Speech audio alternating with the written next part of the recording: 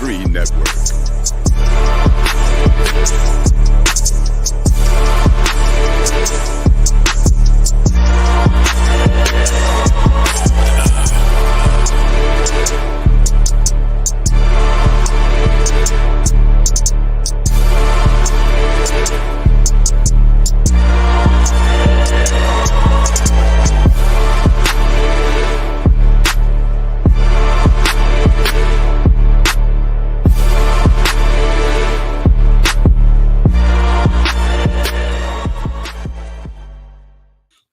Welcome back to another episode of the Fourcast.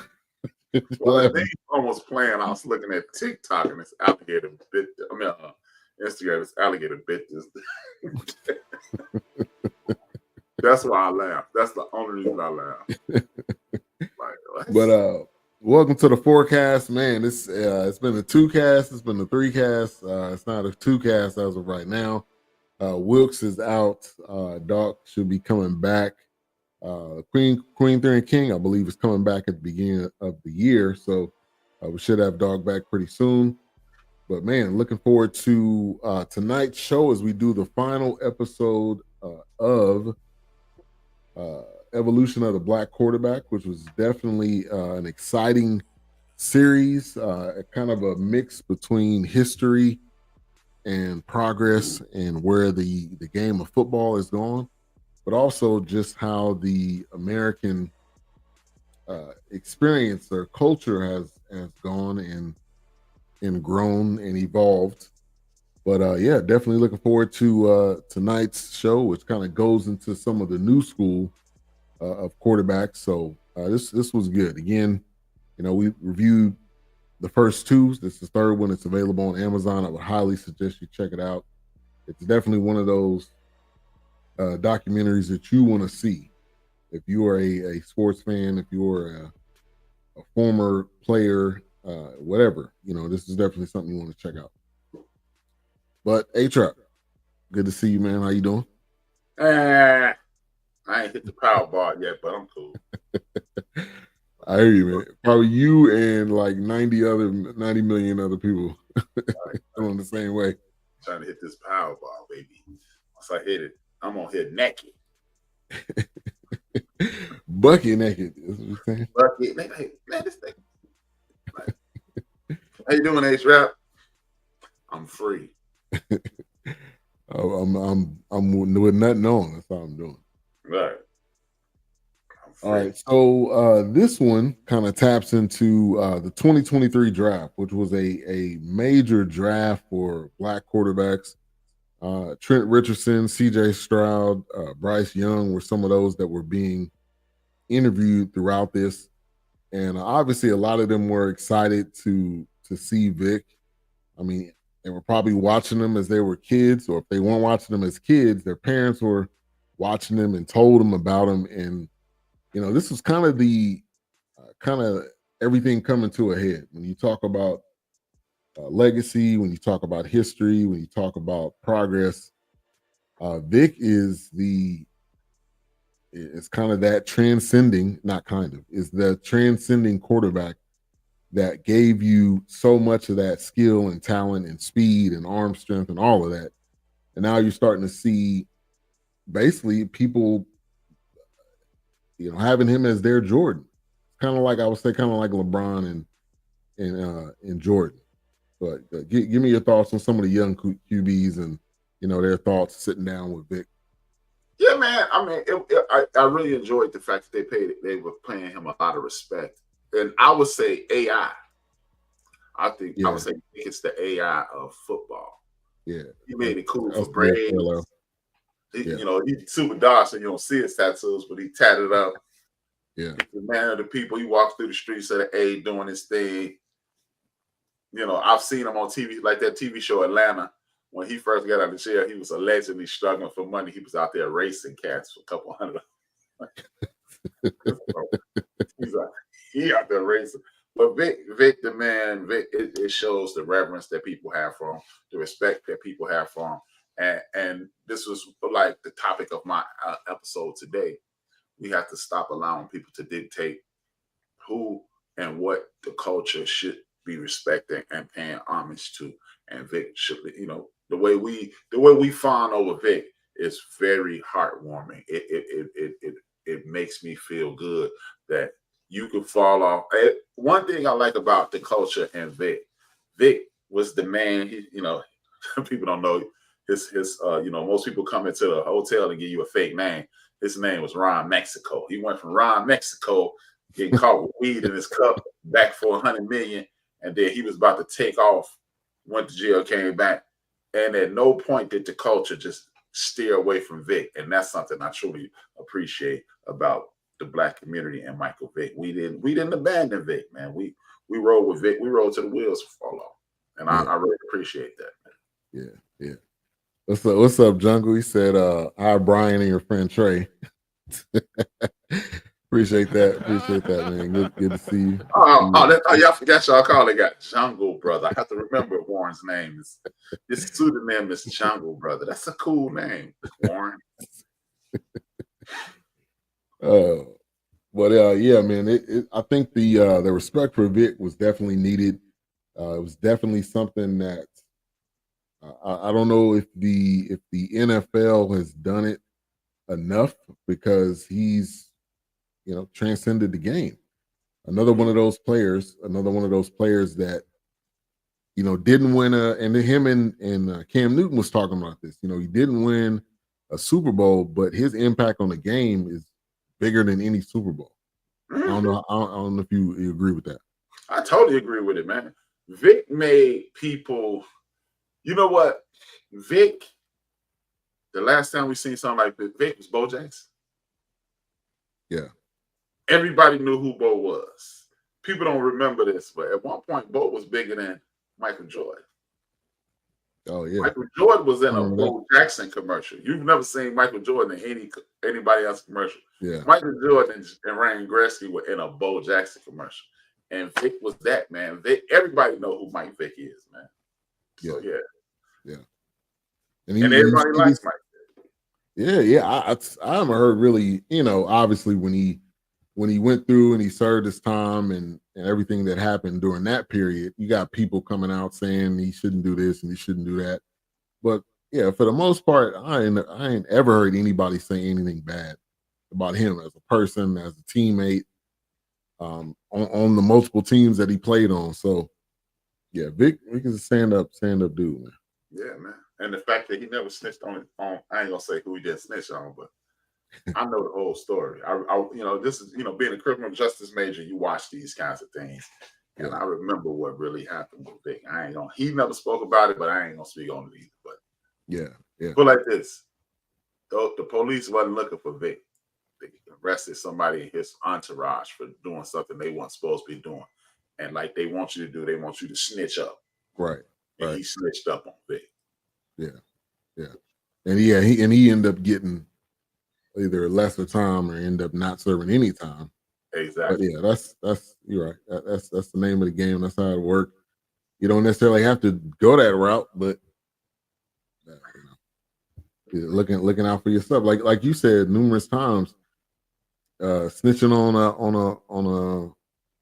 a slave just running away. Yeah. That's exactly what that is. He gone, ball. Which way did he go? I don't know, but that way. All right. But those jokers be, there you go, right there, with the lady clothes on. Right. Yeah, but and I think for Vic, just one of those dudes that didn't let that be his. This is how people gonna know me.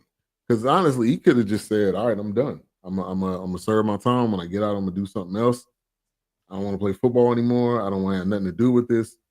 And that wasn't him. He came back. Not only did he come back, but he got a whole nother $100 million contract and played multiple more years. And you can see his impact on the game. So, man, again, and he left-handed. You're left-handed, man. I don't know what it is about those left-handed guys. They just. Hey, I agree with you. My wife is left-handed, so I agree with you. Hey, you got a shout out to the wifey. Courtney in the building, thank you for tuning in.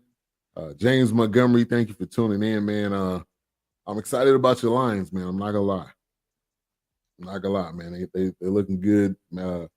Dan Campbell, which I would have wanted him to be the coach of the Cowboys, but hey, he is where he is, and man, he's making an impact. So shout out to your Lions. And so speaking of these young quarterbacks, which one of them is already, hit the league by storm at a successful year last year. C.J. Stroud, Bryce Young, who's starting. Trent Richardson has had some injury. Anthony. Oh my bad. Not Trent Richardson. Trent Richardson was the running back, but Anthony Richardson, who also was starting majority of the year, ended up getting injured. But man, talk about the young QBs and how their comparison to Vick, because they all have some type of comparison to him, but that's a testament to what Vick has done. Shaq Harris, all of these guys we've been talking about throughout the series. I mean, like you saw with C.J. Stroud, you can see that C.J. Stroud was looking at Vick with reverence, and that's the best thing you can do for somebody who you look up to. I was watching last night. I work overnight, so I was watching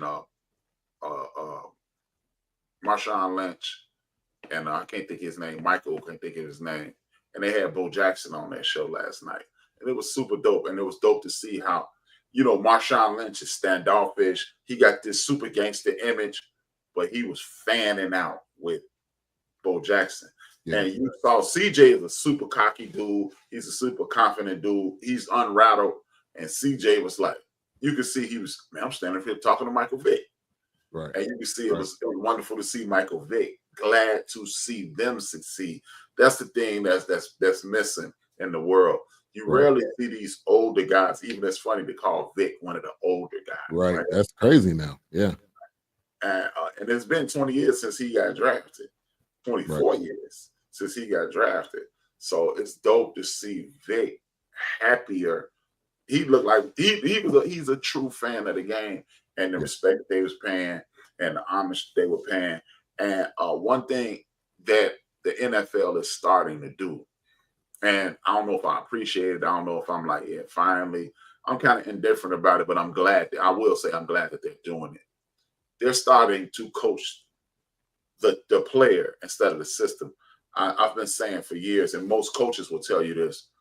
Very good coaches don't coach their system. They wrap their system around the player. Whatever you do well, we're going to do this. We're going to construct more plays around what you do versus having you the round peg fit in a square hole. And Vic forced people to do that. I'm not West Coast. I'm not Air Coryell. I'm somewhere in between, and this is what we're going to do. And it's big ups to Vic and big ups for those young brothers that did that. Yeah, definitely shout out to them. And then you had Bryce Young's father coming up to Vic, like, man, I appreciate what you've done for the league, what you've done for my son. And I think that's just, coming full circle. So again, I can't say it enough. We can't say it enough. Vic was the perfect person to host this. And he could relate. He could relate with everybody. Anybody that he interviewed with, it didn't seem fake. It didn't seem like they were trying to make it out of something. And you could tell just the respect that everybody had for him.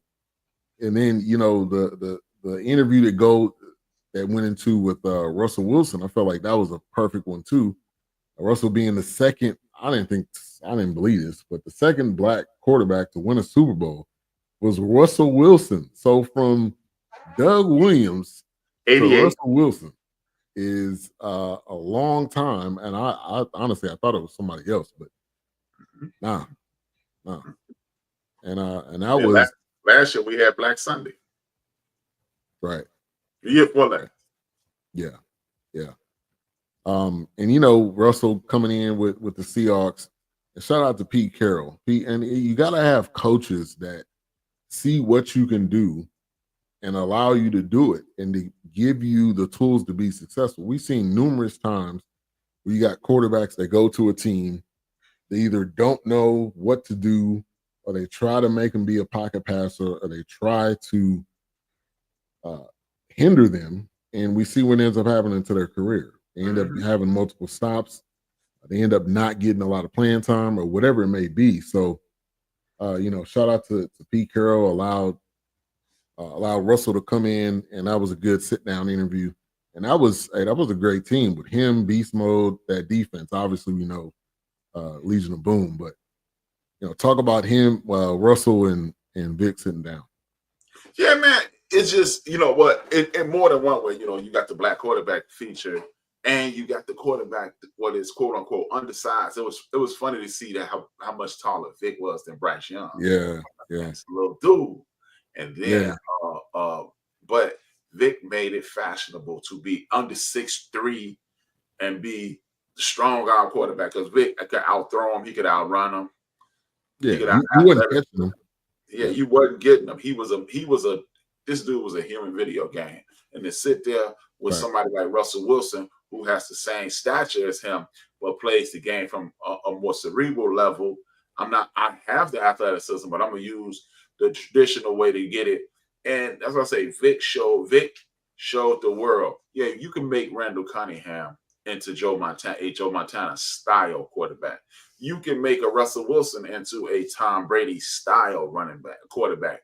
But me, y'all ain't never gonna see nothing else like me. And then we saw Lamar. I think it was over. Right. Exactly. And Russell, it was nice to see him talk about his dad. He went to NC State, he played baseball. Then he transferred to Wisconsin. And his brother gave him a hell of a tip. Like, hey, they gonna say you too short. So you play behind these big linemen at Wisconsin, and you should be fine from there. And the rest is history. Is continuing to have a great career. I'm grateful that he matched up with Mike Tomlin. Obviously, that's a great That's a great guy to link up with. Also mentoring Justin Fields. It didn't get any better than that. So yeah, Russell is another one of those guys. But real quick, to go to the Cam Newton interview, when you seen Cam and Vic stand next to each other, you could see like Cam is all of that height. But them two sitting down, definitely, and Cam talking about how he was there in Atlanta when he was there, and talking about the impact, and it's unmatched. These are the documentaries we need. These are the ones that we show our sons. These are the ones that we show our. I don't like my son.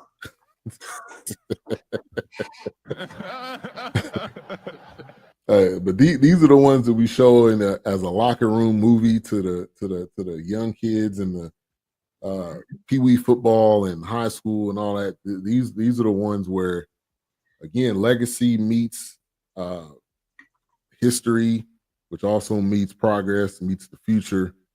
It just gave you everything, and I think again this kind of comes to that forefront, in this last episode.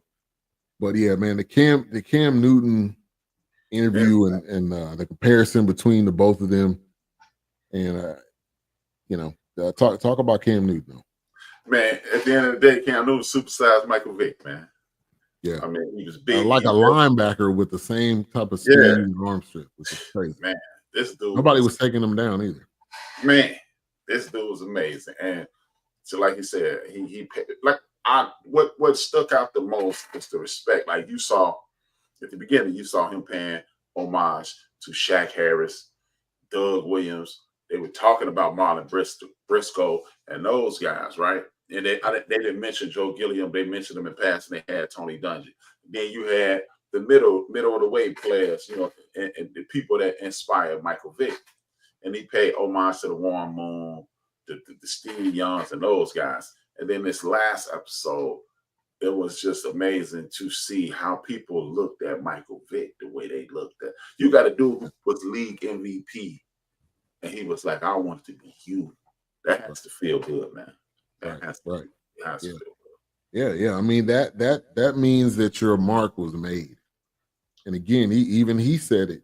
No matter how many Super Bowls you win or don't win, is your impact made on the game? And obviously, it's a yes.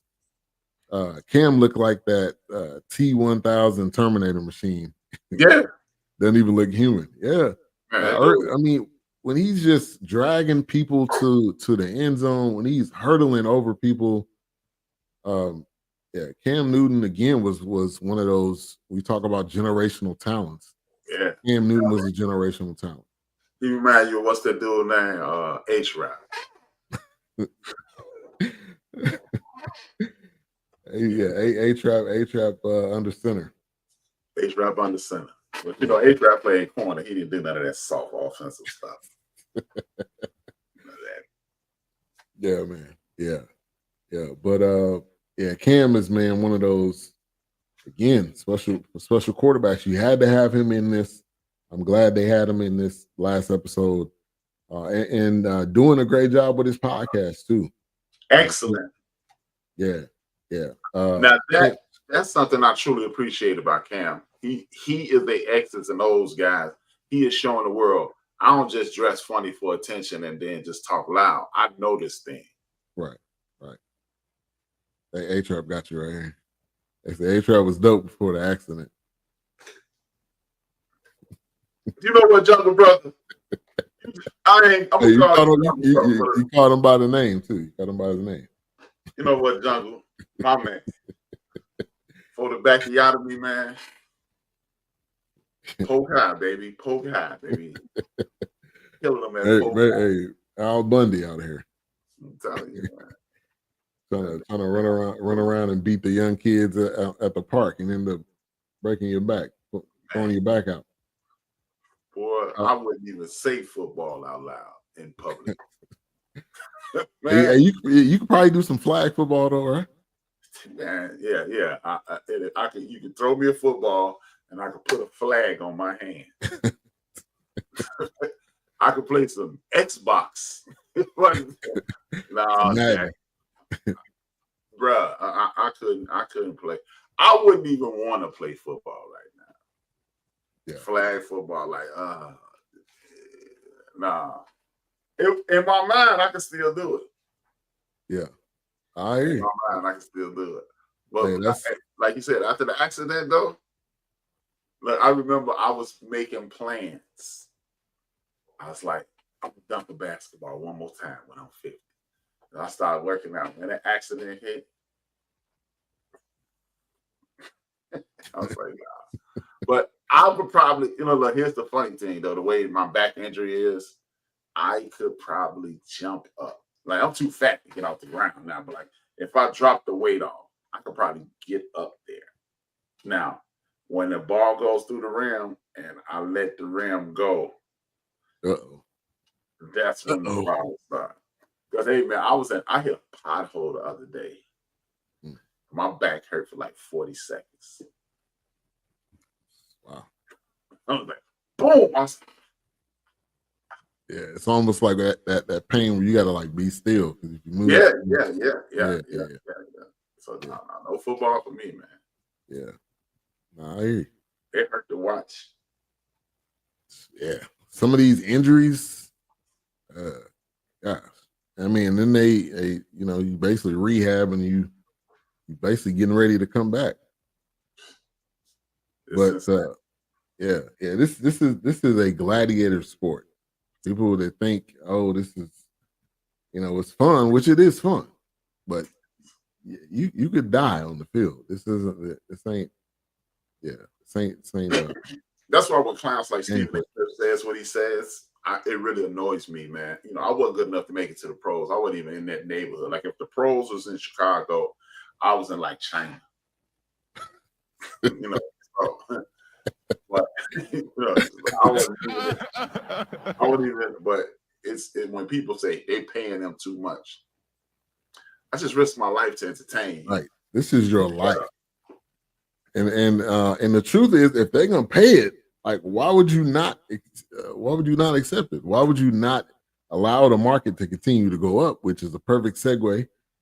Dak Prescott sat down with Vick as well, and obviously he's not playing tonight with the Cowboys and Bengals on right now. But I mean, hey, if Jerry Jones was gonna give him that money, or whoever else, if somebody else was gonna give it to him, and that's where the market was. Like people kill me with the like, wow, you're getting paid too much. That's the market. It's not, if it wasn't there, then he would get less, or if it was higher, he would get even more. And that's, you think if he's getting $60 million a year, how much is the owners getting? What cut of that are they getting, or how much higher above are what they getting? That's the part we don't think about. And what I don't like about the whole Dak thing is don't nobody pay attention to how Jerry played that. Dak took over his rookie after Tony Romo broke his back. Yeah. He was killing by the time Tony Romo got there, so Tony Romo walked away. At that moment, Jerry Jones should have renegotiated his contract and extended it. He is one of the worst. I don't know at what point he became this, because I thought like before he was smarter with financial decisions, but he is one of the dumbest in the league. You wait to the absolute last minute when you didn't have to.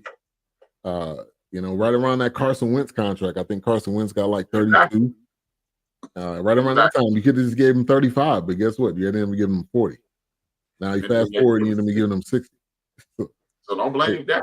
Hey, Dak sitting up in the press box right now, clapping and talking through the headset. Yeah, right, exactly. Good job, guys. Yeah, y'all doing a good job down there. I'll be down there next year. See y'all. Wouldn't want to be y'all. But throughout this entire series, it's been talking about opportunity. Dak, like you just said, had an opportunity. You had Romo, you had Kellen Moore, and you had Dak. Dak didn't even think he was playing at all that year. Tony Romo goes down in the preseason. Kellen Moore goes down in what I think it was a couple games in the season. And there you go. Dak's got the starting job. And that was a perfect combination with him and Zeke. And obviously they had a great O-line. But, take advantage of the opportunity. And I think even though he wasn't necessarily seen as a Vick coming out of college, even though Mississippi State was the top 3. I remember they were 1 in the country for a minute. They had a big season. They had a recruiting class that was gigantic. So yeah. But that was great to see them sit down. Obviously, Vick coming in Dallas. That was a well needed, I think, interview that I don't think I've seen them sit down or talk before, at least on camera. Spoken like that was great. Fan. Right, exactly. Yeah, man, that was good though. That was good. And I think as you continue to grow as a player, you have multiple injuries. You can see Dak as being more of more of using all of his abilities than running as his first option, which people dog him for that, which I don't blame him. If you get your ankle snapped like he did, I would think I would use my skills wisely, and I don't blame anybody for that. Talk about Dak. Talk about Dak. I'm gonna go out there. Now, sometimes you just have to sit down, and you won't compensate. Your compensation usually hurts yourself. Dak Prescott is a very good quarterback with a horrible coaching staff. And that's just it, man. We need to just start acknowledging that. Jerry Jones understands that if I hire a competent coach, I cannot control him. Then the narrative becomes the coach and the GM and not me. You know you're the president. We know Steven is your son, but you are not the general manager. And you can't. This dude wanted to draft Faker Wheelfield first. He wanted to draft Johnny Manziel first. Yeah. And the people at the top said, no, we're not doing it. And it paid off, but this is the result of your when you ego trip, you ain't gonna do nothing but lose your luggage. Yeah. And they got a prime opportunity right now, because I highly doubt that McCarthy is going to be back next year. But do you get a competent coach? Do you get an actual offensive-minded coach? Do you get a young coach that actually has fresh ideas, or do you get my man Belichick washed up? Yeah, which I don't think he would want that job anyway, man. He had to deal with the media. He had to deal with the media too much. Actually, he wouldn't, because Jerry be dealing with him. Yeah, he'd probably be too annoyed though. If Jerry being interviewed the same time I am, I don't know if Belichick want to deal with that. Plus, I heard he wants his son to be the OC or the DC. So that's comical already. But yeah, man, Dak and Vic, that was a nice sit down. And then the next interview, he went out. He came over here to Texas to sit down and talk with Jamie Foxx, aka Willie Beeman. Willie Beeman. Hey, which that was Dion. Okay, that whole video was about the money. What was the name of that song? Can't be the money. Must be the money. Must be the money. Yeah, that was basically that whole Dion. I'm traumatized by that movie. I'll tell you about it later on. That movie, I'm traumatized. You're traumatized, like seriously traumatized? Yeah. I'll tell you about it later too. Okay. It's too hot for TV. But man, Jamie Foxx playing quarterback in high school. Didn't necessarily. I don't think he didn't play at the next level, but obviously that wasn't his. That wasn't his. That wasn't his route, because obviously Jamie has done a lot. But and the story behind him and playing Willie Beeman, I didn't know that story at all. So yeah, that was dope. That was dope. That was nice to see. And yeah, that was right around that time, like you said, he was doing In Living Color. He was doing a lot of comedy. He was probably Booty Call was probably one of those. Woo, don't say that. Booty Call. Hey, he was doing those types of movies. Jungle said, "Touch the subject." Don't do that, man. So that might have was led to me not liking being a Jamie Foxx fan. Booty Call. Hey, that was a bad movie. I ain't gonna lie. Yeah, but the Vivica Fox was in it, so it's old. She was looking like Vivica Cat in that Fox. Yeah, but that was definitely a progress in his career, and from there on, Ray, and he just kept going up in all the different films. But talk about Jamie Foxx, that Jamie Foxx interview. Huh? Jamie Foxx is one of the most intelligent. One of the most entertaining individuals in Hollywood. There's no doubting Jamie Foxx, man. It was good to see him. It was good to see somebody outside the football culture to let you know this dude affected everybody. Like we said, he was that guy. Right. Like on Dan Le Batard. He's that guy. They got, man. Yeah. I seen that. Wow. Yeah, I would feel the same way. I'm sorry. I would feel the same way. Yeah. And I beat it to the punch because I did it first. I got there at like 7:45. They got there at 8. I was in the office like, Gotcha. Yes, Warren. It's a touchy subject. Yeah. You're back to being Warren. You just demoted yourself again. You just went down. Yeah, right. But hey, look up Jamie Foxx's actual name is Eric Bishop.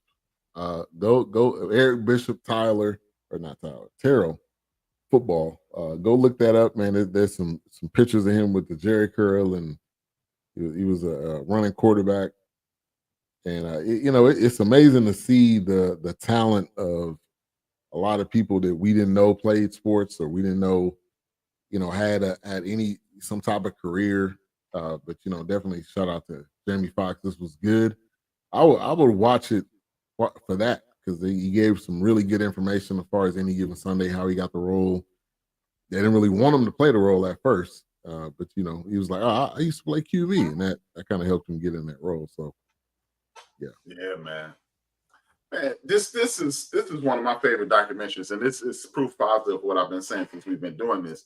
That I don't think we need to do any more biopics. You cannot put 25, 30 years in a can to cover a 70-year life. I mean, 30 minutes, an hour and 30 minutes and a 70-minute, a 70-year life. We need to start doing series. That way we can touch and feel it. But they don't really want to do that. Right. You can get a full scope of how everything went down, the different pieces of it. And then that goes into, Kaepernick which I felt like was another great interview. Really hadn't seen him in a minute. So, and then we also, you can check out his series, which was on Netflix. I don't know if it's still on there. It's still there. But and we reviewed that, so go back and check out that episode. But I think it's called Colin in Black and White. And dived into his life. But he's sitting down with Vic. I felt like that was great. Another great interview. And it was perfect to do it in this last episode. Let me see. Your real name is Billy D. Williams. Billy D. Williams stole his name. Boy, I got a story for everything. Need to cough up that Illinois about that Billy D. I said January 1st, 2005. Asked Big Illinois. No, actually January 6th, 2005. Excuse me, January 1st, 2006. Asked Big Illinois about that Billy D. I hadn't seen him in the chat in a minute. Hopefully you're doing all right. Big Illinois, we don't work at the same place. We work overnight though. Okay, gotcha. So yeah. Compton's. He watched when he wake up. He'll be watching when we go off. Yeah. Hey, but always in the house. Yeah. Shout out to you, Big Illinois. I'm gonna just hit you up, see how you doing. Get Big Illinois. Brian, Lansdowne. Anthony. You didn't give him Anthony, Brian. You don't want nobody named be Anthony tonight, huh? Yeah, Trent Richardson. But yeah, I'm mixing people's names up tonight. But him sitting down with Kaepernick. Obviously, we know how everything went down. I would have loved for him to, like he said, finish his career the way he wanted. So if he either got career-ending injury or just decided to retire or couldn't do it anymore, but obviously we all know what happened. He got blackballed, and that was it. But I think the most importantly, he stood for something that he believed in that not a lot of people were doing, and it costed him his career, and he was okay with that. I think that's somebody with character, that you're willing to do that, knowing whatever the consequences would have been, but also it's bigger. It's bigger than just me. So I need to do this for others. Yeah, go ahead. Yeah, you have to do it for humanity, man. I mean, Colin Kaepernick took the ultimate sacrifice. Only person that took a greater sacrifice is Muhammad Ali. Muhammad Ali was able to come back and fight and then continue to build upon his legacy. Colin Cowherd, look at me. You've been infected. I'm rubbing off on you. Colin Kaepernick, man, he it's a double-edged sword. I think he should have got one more year to pay. But I don't know how Colin Kaepernick assumed that he would take a stand like that in racist America, and they would re-sign him. He should have just stayed in that contract, played it out, and left it alone. But he chose to do that. But it worked out for him. Like it is proof positive that what God has for you, no one can take it from you. It is yours. He was destined for riches due to his athletic prowess, and now his athletic prowess got him run out of it. He was a runner, got him run out of the league, and as well as put him in a situation to where, from what we understand, he'll be able to take care of his family into perpetuity. Yeah, definitely. Living in Vegas now, got a beautiful house. Man, so he I think he reached one of his goals, which his goal was obviously to make it to the NFL. Did he win a Super Bowl? No, he made it to the Super Bowl though. And man, if him and Harbaugh still would have been together, I mean, they probably would have won a Super Bowl. Most definitely. And now, Harbaugh's story, and now he's with the Los Angeles. Yeah. They had to bring Kaepernick down. They can't afford to let a revolutionary win. Exactly. Yeah, he was making them uncomfortable, is what it came down to. And now you fast forward, and they have Black Lives Matter on the helmets, and they got let's do these breast cancer awareness. You pick which cause you want, and all of that. Which I think he Kaepernick, the stand that he made helped to bring some of that stuff forward, but we still have the same issues though. So we still have issues of people getting murdered in the street by police. So Kaepernick's work is really honestly never done because it continues to happen. Yeah. It's just like it's an old adage. Your potentials will never be reached. You can just strive for potential. There is no cap on it. And you got me about to mess up. I almost call him Colin Cowherd again. Kaepernick, man. Kaepernick is the perfect example of what I was telling you about. Good coaches, coach players, regular coaches, coach systems. This is why people like my man Bill Belichick, yeah. But Bill Belichick, Mike Tomlin, Bill Cowher, Andy Reid, and the new guys are Miko Ryans and my man who coached the 49ers, Kyle Shanahan, with his daddy calling his plays. But this is why they're good though, because when the Shanahans had Griffin III, they coached his skill set. Andy Reid coached Vince Young's skill set, Michael Vick skill set, and Colin McFly, Donovan McNabb's. They coach skill sets. Andy Reid coaches skill sets. Therefore, if I'm coaching your skill set, I just need to structure something around you instead of saying 1, 2, 3, throw. 1, 2, 3, throw. When you hear things like they're holding the ball too long, that lets you know that you are in a traditionalist mentality and not coaching players, so you'll never do well. Harbaugh's brother's doing a great job coaching Lamar Jackson. This is the new wave of NFL. This is what the NBA would like, but the NBA doesn't embrace style. They embrace foolishness, and it's over. Yeah. What did Warren say? He said it's like Norma Ray. The strike wins, but the striker gets chopped. That is. Warren is on point tonight, man. He hadn't earned back Jungle Brother yet? No. He's still Jungle. I mean, we won't be Jungle Brother for a while. But calling me Ace Rap, and it would have been. Yeah. But man, I would have loved for Kaepernick to be able to continue his career. But I mean, I think he, like you said, he was in a great situation, and when Harbaugh was gone, it was kind of I don't know who was the coach after him. Was it Tom Sula or it was some random guy? But anyway, they were done. They were done with him, no matter who the coach was next. But now go ahead. No, I'm just listening. I'm just like, yeah. But I will. Since you gave me before, it's sad because you see the same thing. They try to do the same thing to Russell Wilson. People don't acknowledge it, but they try to do the same thing. Russell Wilson. I don't care who you are.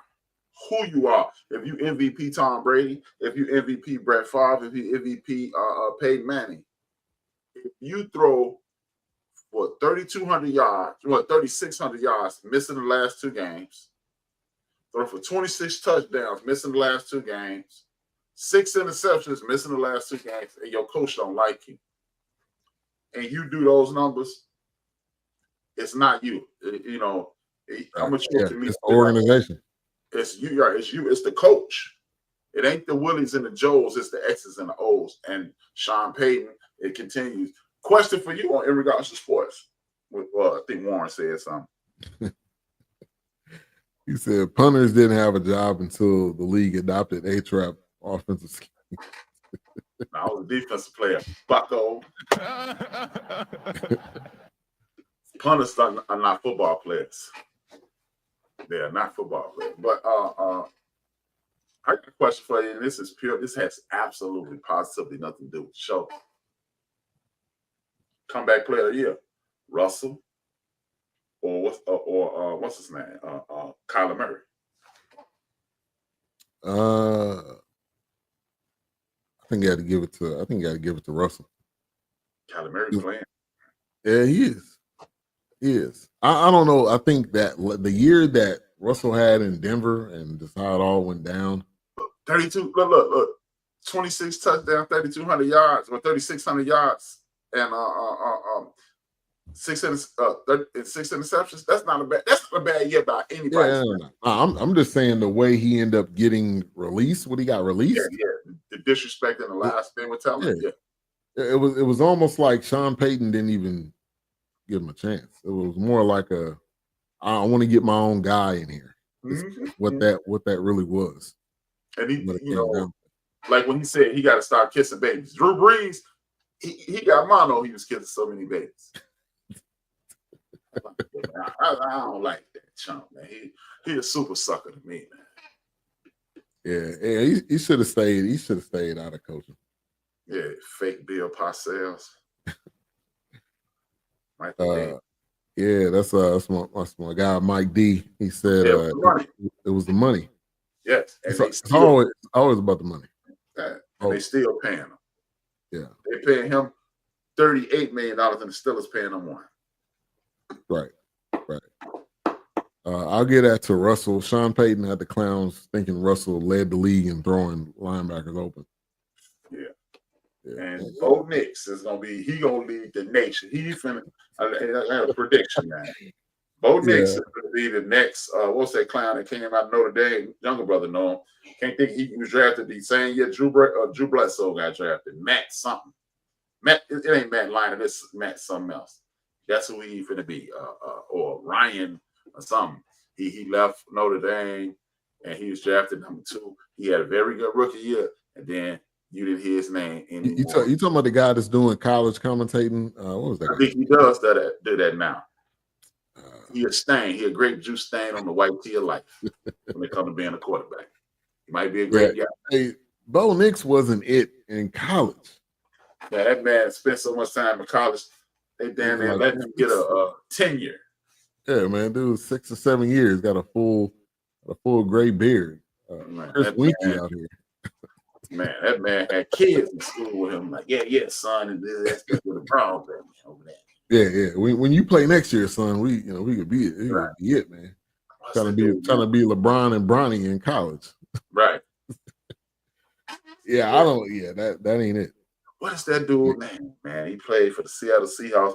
The Bears even gave him a shot. You know you're a stain when you're a quarterback and they let you play. Locke Clausen, Matt. No, it went Kelly Clausen. It was before him. It was like right after the glory days. This dude came in, and I can't think of his name. That man was a great juice stain on the white. I was just talking about Jimmy Clausen. Is he? Not him. No? There was a dude. Whatever year Drew Bledsoe was drafted, he was number 2. He had he fought Drew Bledsoe for the rookie of the year, and that was the last good game he had. that man was hitting linebackers. He was throwing linebackers out of single coverage. Like safety. He was throwing safeties open, hitting wide open linebackers. He was the man. Keeping it real, Notre Dame hasn't been a legit program since insert year. I actually remember they played for the national championship about 4 years ago. They lost to Nick Saban. Yeah, they got blown out though, didn't they? Yeah, hey man, national championship game, man. Back when it was I don't believe in Notre Dame. Maybe when I was a kid, but I don't believe in them anymore. I've never been a Notre Dame guy, man. Yeah, they force them because they always on NBC. So they got that NBC contract. That lifetime NBC contract. But so speaking of direct parallel to Kaepernick, you already said it, Muhammad Ali and the athlete strike. Man, there's been probably 4 or 5 things we reviewed with that image of him and Jim Brown and Kareem Abdul-Jabbar sitting down, and who was that? I don't know who else was with them, but there was it was a bunch of people. Bill Russell. Bill Russell. Yeah. What's the man named Kurt Flood? It was a lot of those guys. Kurt Flood. It was a bunch of those guys, man. I can't think of their names. It's a bunch. It was a bunch of brothers, and it was good to see that, man. And like they were speaking about how Rick Meyer, Jack, Rick. Oh yeah, I know. Yeah. That name's definitely familiar. Rick Meyer.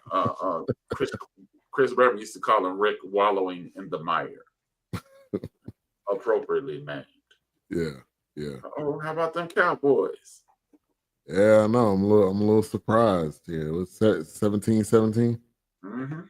Yeah, at the end of the third. Yeah, this is not the Bengals. This is not their year. Defense is. Yeah. Let me see what they say. You ain't got my glasses on, man. He said, "I just heard this baseball player inked a $750 million deal.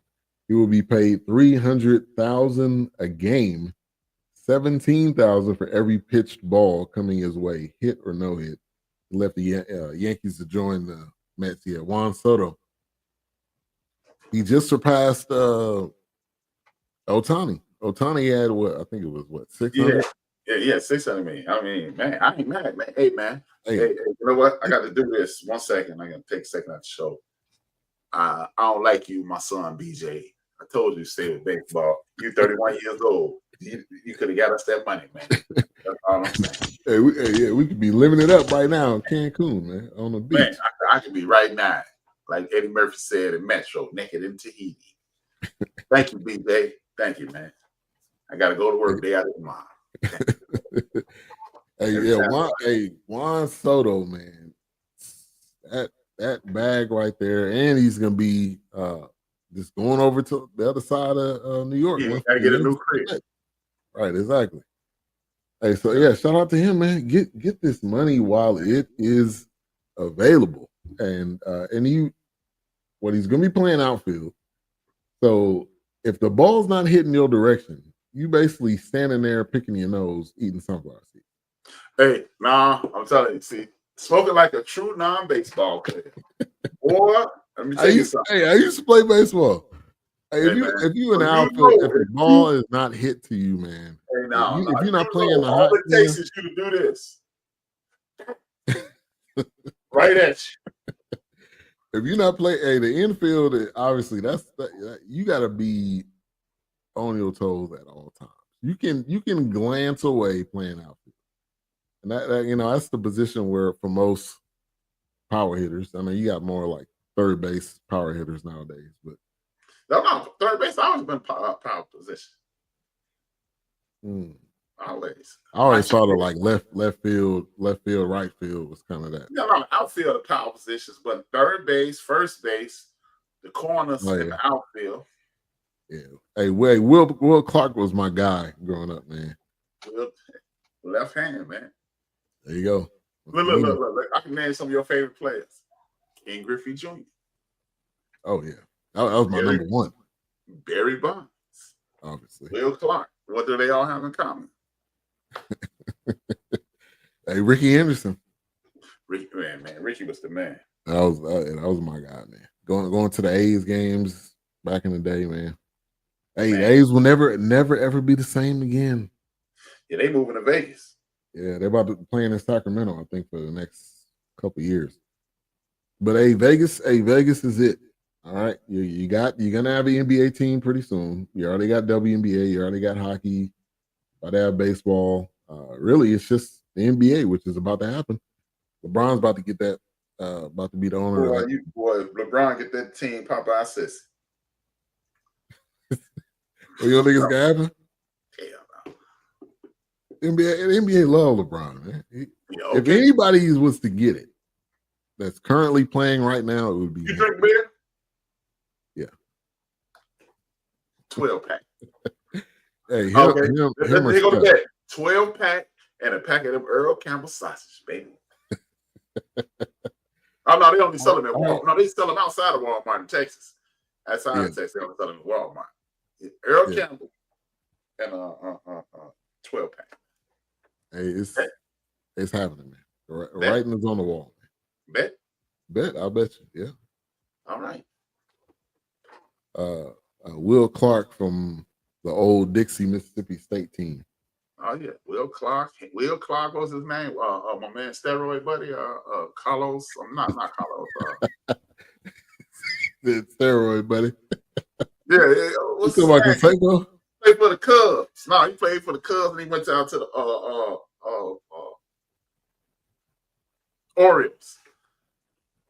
can't think. I can see his face, man, but I can't think his You're name. not talking about. Yeah, you're not talking about Rafael Palmeiro. Yeah, I did not take steroids. Well, we got this paper right here. You lying. You lying. That was a crazy, side note, we on a tangent, but that was a crazy error. Them going in front of Congress about them taking steroids. Come on, man. And Barry Bonds should be in the Hall of Fame, period. Yeah. All of this, you taking steroids does not help you with hand-eye coordination.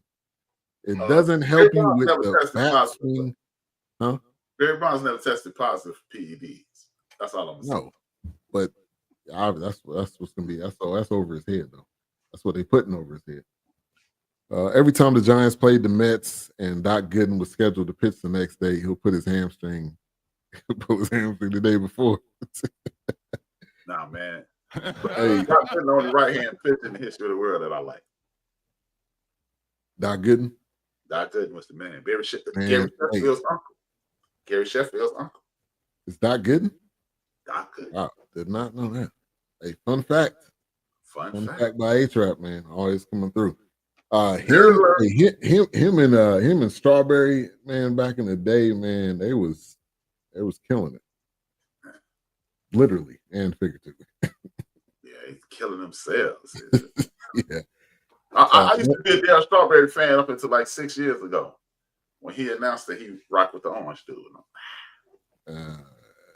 He might be don't right. Forget about Reggie Jackson. Definitely Reggie Jackson is the greatest baseball player in the history of the world, if you ask me. Yeah, that was a little bit. I remember him probably Yankees, but he was a little bit before. I think, a little bit before my era. But I remember him with the Yankees. I think that was probably 80s, right? He was with the Yankees. 70s. Well, he left the Yankees in 84, 85. And Reggie Jackson is the reason I ever touched a baseball.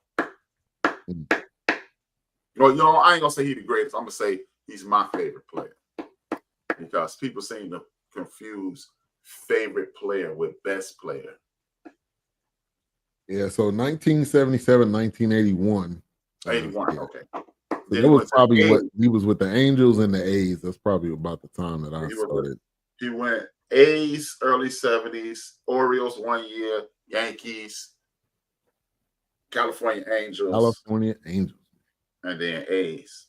They changed their name 3 times. Yeah, Anaheim Angel, California Angel, Matty, Rudy's. Yeah. Yeah, they used to walk Barry with the bases loaded. They did not want to pitch to him.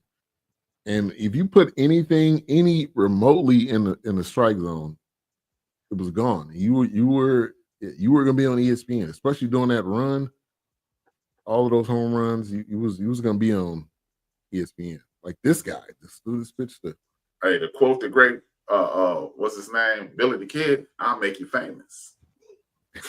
Yeah, exactly. I'll make you famous. Hey, funny. There's a guy that hosts a show here in Dallas. His name is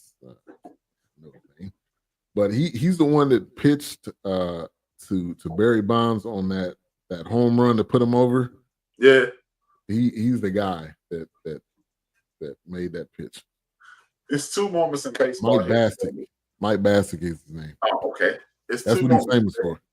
2 moments in baseball history that made me a true fan. Well, they just put me over the top of Barry. They said when he signed to San Francisco Giants, he walked into the locker room and said, "I hit a home run off you." And this last summer, they were celebrating the Negro Leagues, the greatest baseball league in the history of sports. And they asked him a question that most people would have punked out on. It's like, Satchel Paige might be the greatest pitcher in the history of the world.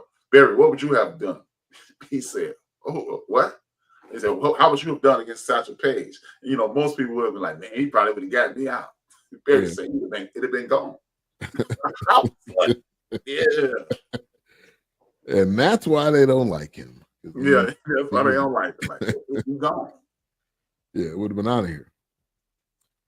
All right, man. So, evolution of the black quarterback, great series. towards the end, they had some sit downs with Lamar and Mahomes, which I think was perfect. Obviously, they are the now. They are the era of right now, at the kings of the hill right now, and so they definitely needed to be in this. But Lamar, and hell, that'd be a good podcast. Lamar, Vick, and Mahomes. I don't know if I could take Mahomes' voice for that long, but he sound like Kermit the Frog. yeah, he does. Yeah, he does. But when you seen Lamar and Vic sitting down and they were just cracking jokes and laughing, I think he would definitely be that would be a dope podcast. I would watch. Hey man, the NFL, man, this whole thing. I was like, it's right. He said he saw used to babysit Cool Papa Bell. Right, boy. I used to babysit. I used to get babysat by Rube Foster. Now, how about that? Yeah, man, it's a beautiful situation. I'm hoping that, you know what, sports is one way to even out the playing field in regards to racism. I'm hoping racism in regards to the hierarchy of sports continues to dissolve, and people start coaching these players to their skill sets versus, I'm not Tom Brady, I'm not Peyton Manning. You can clearly see these guys are not being, a lot of these brothers are not being coached well, but the ones who are being coached well are showing you, I am being coached well. That's why Bryce Young is properly being coached now. Shout out to Frank Wright. No, I think Frank Wright did. Shout out to whoever the coach is over there. And now I think Tony can out something like that. Okay, he's coaching him properly now, and they need to start doing. It's a way to do everything, right? Right. When you play, I played corner. You use the sideline as your teammate. You force them to the middle of the field. Don't get beat deep. There's certain ways to do it, but it's certain things people like. When you are an exceptional talent, when you have ability that we've never seen before, we need to break the mold and create the mold around you. Right. There's a way to do everything, but there's some ways that you have to do it in accordance to them. Just like the great Bo Jackson, he tells the story about Terry. I can't think his name. Terry Rabitsky, I think his name. So, brother, he was a running back coach of the Raiders. Bo kept cutting it back, getting 35, 40, 50 yards. And one of Bo's most famous runs, he got like 4 yards to play before. Terry told him, don't cut it back, Bo. Trust me. Just don't cut it back. 87 yards later, Bo scores a touchdown. Yeah. So, yeah, it is a way to do things. But when you have an exceptional talent, you also have to say, okay, we're going to do it your way. And shout out to Bruce Arians. Shout out to the Shanahans. Shout out to the dude who I think coaches quarterbacks better than anybody I've ever seen, including Bill Walsh. Andy Reid is the greatest at that. Andy Reid is the greatest coach, I agree with you. Getting the best out of his players. Yeah. So, I would love to see, like your man Mike Davis is a Terry Rabitsky. Yeah. Your man Mike Davis. I would love to see his Lions in the Super Bowl, but because I like Andy Reid so much, I would love to see him three-peat. That will put him in rare air. That would make him one of the greatest coaches in history of the world. Hey, and that would make Mahomes Mahomes get the three-peat this year. I don't care what nobody say. He'll be at 4 Super Bowls then? He'll have 4. I would say at that moment, Mahomes is better than Tom Brady. And I'm ready to fight you, anybody who doubts it. Reason I say that is this. There's never been a time in which Patrick Mahomes wasn't responsible for the win in regards to this. Now, Tom Brady, first 2 Super Bowls, first 2 and his last 2, they won because he was on the team. His first 2 Super Bowls, his last 2 Super Bowls, he Brad Johnson, Trent Dilfer those Super Bowls. The ones in the middle, he won. Yeah. And that's in accordance to one of his teammates, Teddy Bruschi. You saying Teddy Bruschi said that? Teddy Bruschi said on ESPN one day about 6 months ago, he said, we carried Tom Brady on the first couple. Yeah. Hey, no doubt. And I agree with you, Mike D. Man, I'm still bitter because the dude he didn't exit on his own terms. But that wasn't maybe that wasn't his ultimate purpose, because I think he's in his purpose right now with what he's doing. I would love to see him coach if he wants to, to help impact the youth or college or whatever. Andy Reid won me over when he drafted Donovan McNabb with Mel Kiper and all the big heads had him taking Ricky Williams. Yeah, Mel Kiper. Can we stop acting like he is the draft guru? Can we stop, please? Please. Maybe that means he can rap like Premier. They make it seem like everything he has ever said has been gold and been correct. I don't really even pay attention. I don't know if I ever really paid attention. Really, I just look at it based on what you've done in college, the competition that you played against. That should pretty much say, what the potential of what you should be. But anyway, and like Jungle Brother, I really started like Andy Reid back then. But Andy Reid did something that most people frowned upon these days, and me and Big Mo been arguing about it for 2 years. Stop putting these damn quarterbacks in after their freshman last year of college. Let them watch. Mm-hmm. That is paramount. People, you can't learn watching. Yes, you can. Yes, you can. You need to be optically acclimated to the speed of the game, and that's why a lot of brothers at quarterback fail, because that's why they promote their paycheck. We just signed them for $62 million, and then your natural inclination is to say, well, put them out there. No. Yeah, you're not ready. If you think of, even if you're just standing there listening to all of the cadences, you're listening to the plays, it's a huge benefit if that coach is going to be there next year, and you know the system. By the time Patrick Mahomes is a prime example, what he set behind was it Alex Smith? Alex Smith for 1 year. Was that 1 year? He played 15 games, and then Mahomes started week 16. Yeah.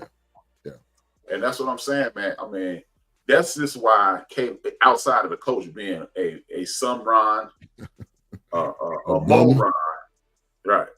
Bum meet him, man. Outside of the coach not being what I think he should be. But people like me and my cousin was debating about Caleb Williams. He's a prime example. Look, you cannot go from the most talented athlete, one of the top 5 most talented athletes on the field since age 6 to 7, 6, 7, 8, 9, 10, 11, 12, 13, 14, 15, 16, 17, 18, 19, 20, 21. And then you might not even be the most athletic person in your backfield. And you want me to turn that switch off, learn a whole nother playbook, learn a whole nother system, and then get acclimated to the speed. No, Caleb Williams should have watched this year. Yeah, I agree with that. And they had hard knocks. Like if I was anybody, we're not his first year. We're not doing that. And you and the coach, like I think you said this, following him around and what we gonna do. And didn't I tell you all that, man? Yeah. I'm glad you said that, man. Yeah. I watched that first. I only watched one episode of Hard Knocks, and I came on here. I said, "Hey, man, mark my words. That bad coach is horrible. He's gonna get fired. He's Jackson. He's gonna get fired." Yeah. He got famous at the 1994 draft when he dogged the coach for not drafting Trent Dilfer, unbelievably. Yeah. They drafted. Still got a job. Trent Dilfer lost his job to A-Trap in a wheelchair. Hey, I think Dilfer's still coaching at UAB. He's coaching at UAB. Yeah, cussing out players. They drafted Trev Albert instead of drafting Trent Dilfer. And that's when Bill Polian was like, "Who the hell is Mel Kiper Jr.? What team is he running?" Right. He's been famous ever since. Yeah, Eddie. Eddie Dracula with glasses. Dracula, yeah, right. Eddie Munster. All right, man. Final thoughts. Evolution of the black quarterback. It was great. It was well worth it. I would highly suggest you watch it, and watch it also to see the some of the QBs that I didn't know and some people may not know. It gives you a real good history. It includes HBCUs and everything. So it was great. I'm I'm gonna start it off. I'm gonna give it a 5. It's an easy 5. Hopefully, we got a season 2 because it says season 1. Yeah, and I think sometimes they do that, like hopeful that it gets, but you can do this again. I mean, you got another draft coming up. Or you introduce him to the guy. Introduce the world to the guy that you found out about last week, Jaleel Holloway. Man. There you go. The original Michael Vick. Y'all like the way SMU's quarterback is evolving? I do. Hey, from South Oak Cliff, who has now won, they won back-to-back championships. He was on that first championship team. So I like the guy. He's poised. Texas is slowly becoming quarterback, the home of the quarterback, man. Yeah. Look, Cam is Cam Ward and old boy from Alabama. Yeah. Kyler Murray, Patrick Mahomes. Hey, the fact SMU joined the ACC this year and they made it to the championship game against Clemson is wow. That just tells you that SMU is not only on the rise, but they here. Hey man, and now they can pay people legally. Right. Yeah, no $100 handshakes now. They can actually give them money. $100 handshakes.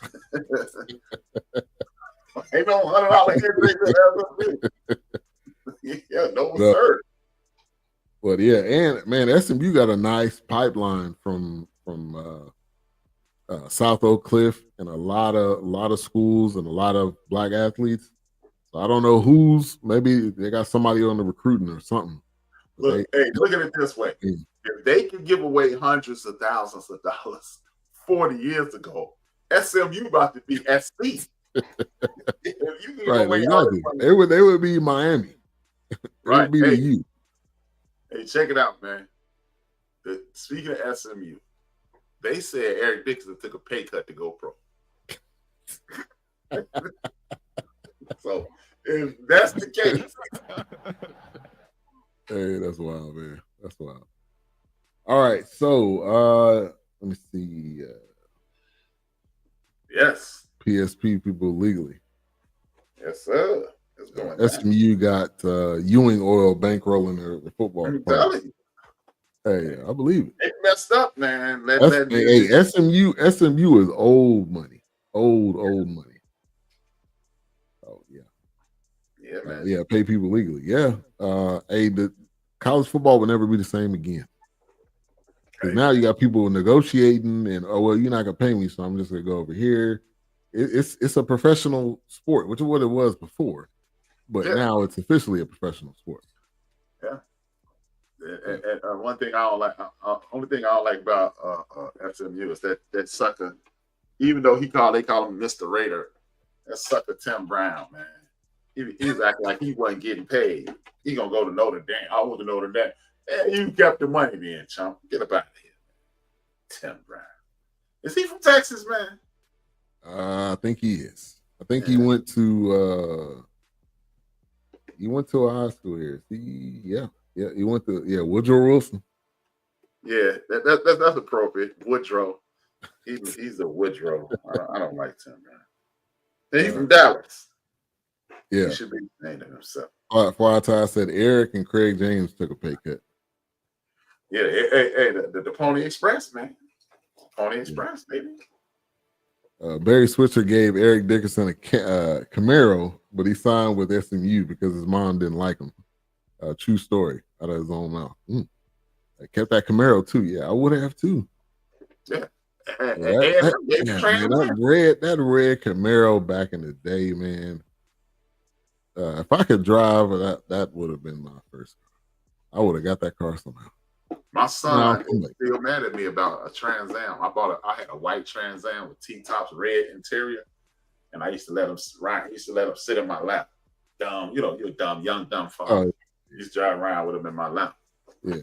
Anytime we see a Trans Am, BJ look at me and say, he used to call it the White Dragon. You gave the White Dragon.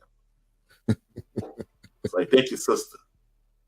Most dads did that, so you're not the only one. I got a picture of me sitting in there. So no, I was just driving down the street though. yeah, I mean that too. We ain't no taking the Polaroid while you're driving. Yeah. All right, so next week, haven't talked about it, but piano. Yeah, man, I was about to say the same thing. And that's a who's the play? August Wilson. August Wilson. And Malcolm Washington. Man, shout out to the Washington brothers. Denzel got the movie Gladiator. If you haven't seen that, is it good? It's good. Yeah, it's good. It ties the story in. They did a good job. And then you got his son directing it, Malcolm Washington, and then you have his other son, John David Washington, Morehouse brother, in it too. So, yep, that's what we got. He played football down at the house. Yeah, he did. Yeah, that was the Rams. Yeah, and he broke records too. The boy was good. All right, so next week, piano lesson. It's on Netflix. You can definitely go ahead and watch that now if you haven't already seen it. I'm looking forward to it. A-Trap, talk about the format of the show. What you got coming up rest of the week? Instead of doing one show for 1 hour and talk about a set of topics over an hour and give you a ton of information, what I've done is break down my platform. I call it 15 minutes with A-Trap. Every day I do 5 days a week. I do 15 minutes. I'll talk about things that are going throughout the week, 15 minutes a day.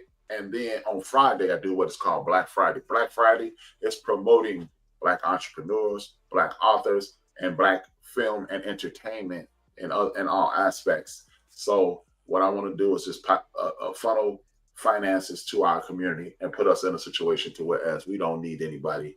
To quote the great Dr. John Henry Clark, we have no friends. We may have some allies, but we have no friends. A month ago tomorrow, the United States of America showed us we have no friends. We have allies. Yeah, you're right. And at the top of the year, I'm bringing back rapping with A-Trap, where I interview celebrities, whether they be comedians, rappers, producers. I've had world heavyweight champions, Olympic boxers, NCAA All-Americans on my show, telling their life story, not being asked those same mundane questions. What made you do that? We have an actual conversation. It's an actual conversation with the people that from our community, telling our community. I want our story to be told forever and last forever. Every time we don't document, just remember, every time we don't document one of our elder stories, they pass away and those stories pass away with them. You don't agree with me?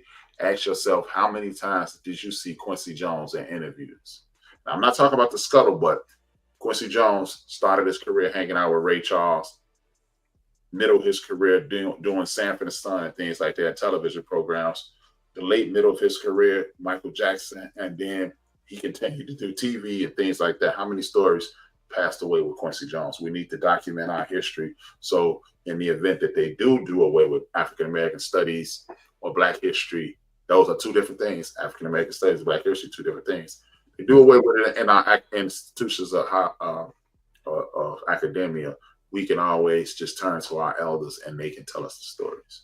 Yeah, facts, man. What was that? Mike Davis said something else. Yeah, let me get to a couple comments. Grossed over 300 million. Is Denzel's highest grossing movie ever. Wow. In politics, we got campaign contributions now. In college football, we have those contributions illegally. Yeah, and it's been going on, and that's how coaches get hired and fired. They don't. If the boosters don't like the guy, they'll buy his contract out. Buy him out, and he gone. And that's why I will never root for Notre Dame. They did that to my man Ty. Yeah, and they're just not that good. So that's another reason. Oh, hold on, Notre Dame coach talking about making him the best next coach. I did hear about that. Yeah, he's doing well. He's not doing world championship Notre Dame level, but yeah, I'm just not the biggest fan. I like the coach. I'm just not the biggest fan of it. He said, "Hey, Trap, we need to do a backstory on how Rufus stole Shaka Khan from you." Yeah, man. That's a tough one, Jungle. That's a tough one, bro. Hey, to this day, she look good. Yeah, Shaka Khan fine, man. To this day. He fine the frog hair, Jack. All right. Thank you, everybody, for tuning in. Let me get to a couple acknowledgments. Todd Lutz, thank you for the like. Fly Ty, Chris Bass, James Montgomery, Deborah Broom. Thank you, everybody, for tuning in, for the likes, for the share. Share this podcast. Share it with somebody in person. Share it with on social media. We'll be back next week. The piano lesson. I've been looking forward to this one, so definitely looking forward to that. Be good. And we're probably not going to review this because it's like an 8-part. What's the name of that series that's on Netflix with Colin Domingo? What is it? I put it in the group. Yeah, let me. It's man, and he did this movie called Sing Sing. I don't know if you've seen that. Preview or whatever. The Madness. Man, Coleman Domingo is becoming one of my favorite actors. Yeah, man. I was wondering who was gonna step up and take Mr. Washington's slot. It's a lot of people. Homeboy from that movie Cross, that series Cross. Maybe let's talk about it after we go off. Yeah. But all right, thank you for tuning in. We'll be back next week, better than ever. And go ahead and close us out, Trent. Y'all already know it's the first of the month. If I owe you something, I ain't got it. And if you need it, get it from golf without the baby oil. And don't swallow him upstairs.